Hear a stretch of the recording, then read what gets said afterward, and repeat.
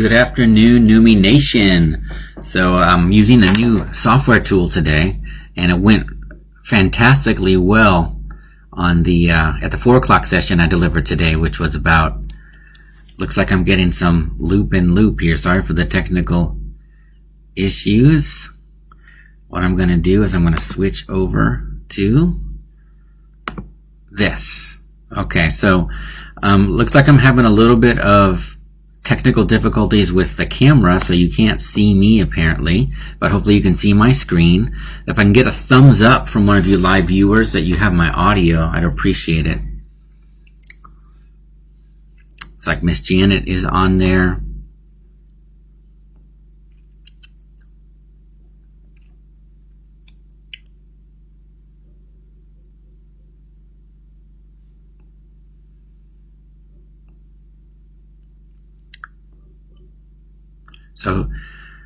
So Numi Nation, you've been super patient with us throughout the last week or so as we're kind of really getting off the ground. None of us went home a week and a half ago thinking or knowing that we would be launching an entirely new product line. And so none of us came home equipped with all the right technology and equipment or training for that matter. Like I said last week in a couple of my sessions, we've always been a very kind of face-to-face focused company. It's been all about that in-person engagement. Not that there's anything wrong with online learning. We just knew that our bread and butter was that online interactive piece where we could kind of like really take that real inspired learning formula that we have and do it in person. So what we're trying to do this week, we had a fantastic week last week of New Minds TV. So one thing that we're trying to accomplish this week is, individually in our time slot, seeing how we can up the game a little bit and get technology working in our favor, only in the sense that to see if we can, make our sessions more powerful, more integrative into what you need and want to hear. So I'm going to go ahead and jump in. Obviously, there's some technical trouble with my camera. You can see in the upper right-hand corner there, that's supposed to be me. That worked literally 30 minutes ago. So, but that's okay. You don't need to see me to get this wonderful message today. So what I'm going to talk about is, I've been really trying to make these end-of-day sessions super pragmatic for you as parents. So what I want to do today is dig into something that I know you're probably all dealing with, which is kind of time and task management. So there's a parent workshop that I give now and then called Time, Task, and Self-Management. We're not going to do the whole thing, but I'm just going to give you what I think is an extremely useful takeaway for today that you could go and begin applying right away. Okay? And first of all, I love showing this graph. I'm going to try to make it a little bit bigger.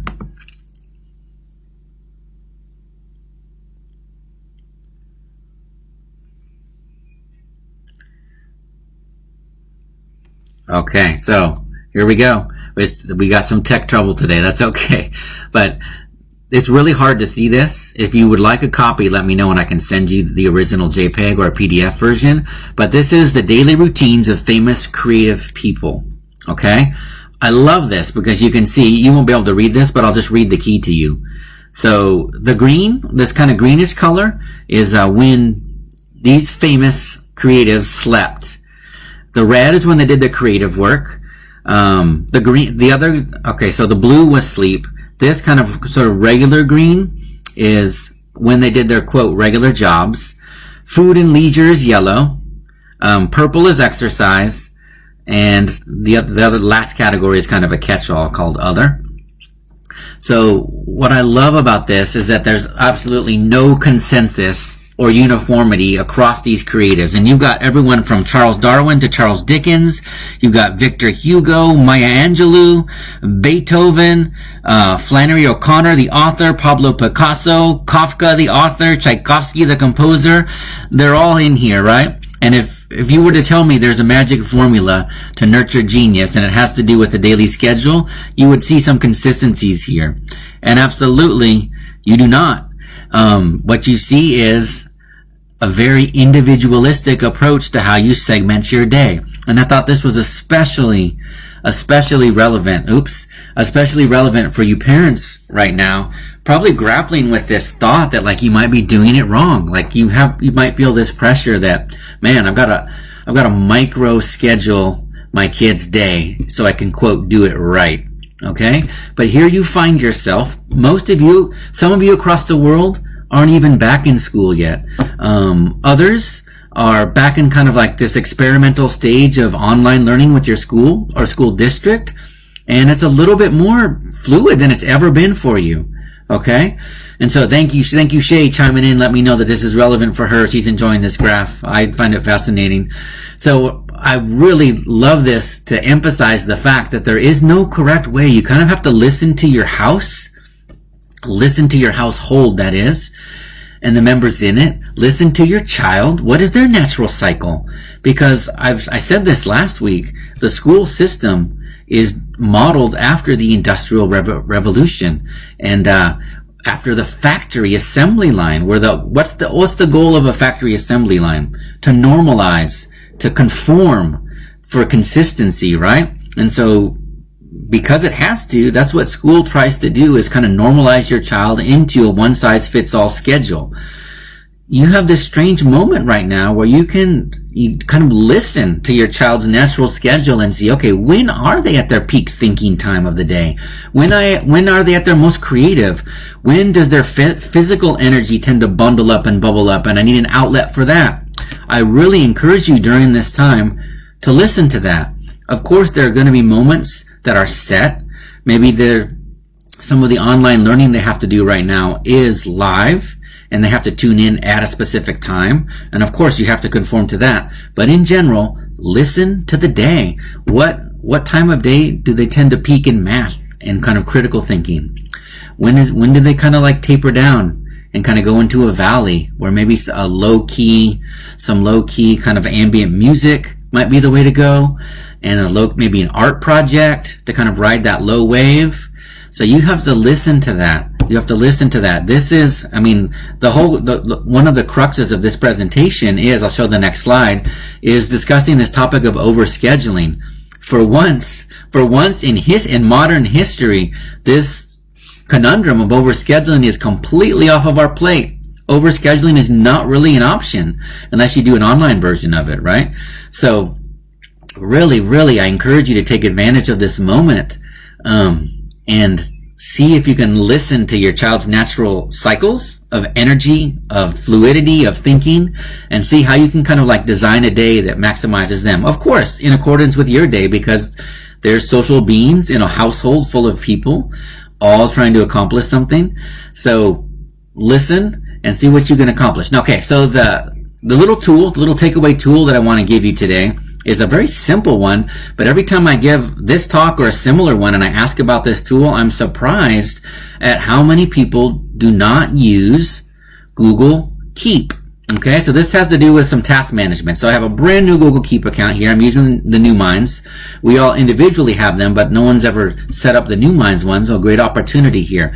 So obviously it's a Google-based program, so it's available on every device in the universe, okay? And it's cloud-based, so anything that you put in Google Keep on your computer, you can pull up on your phone, your family's laptop, whatever, right? This is why it's a beautiful family tool to track tasks, to track to-dos and things like that.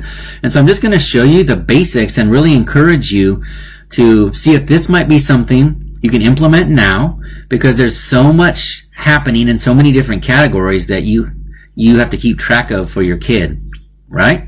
So here's how it works. You're just taking notes. Well, first of all, I'm kind of a dark theme kind of guy. Whenever I have a chance, I turn on dark theme. So I'm going to turn on dark theme if you don't mind. Okay.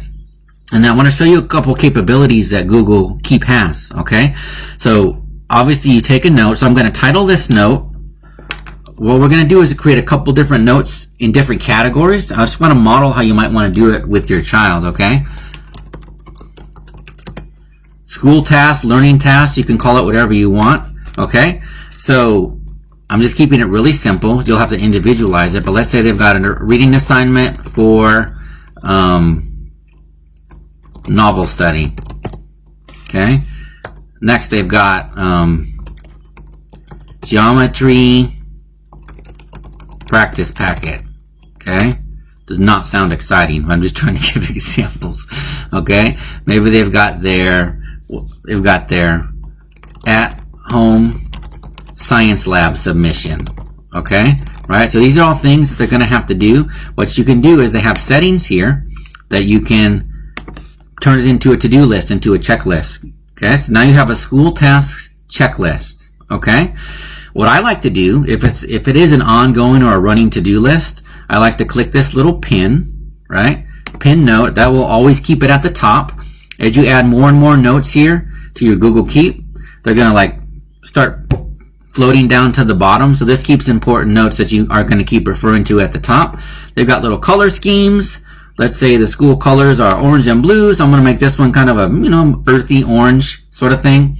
And I can add to this as it's finished, they're checked off.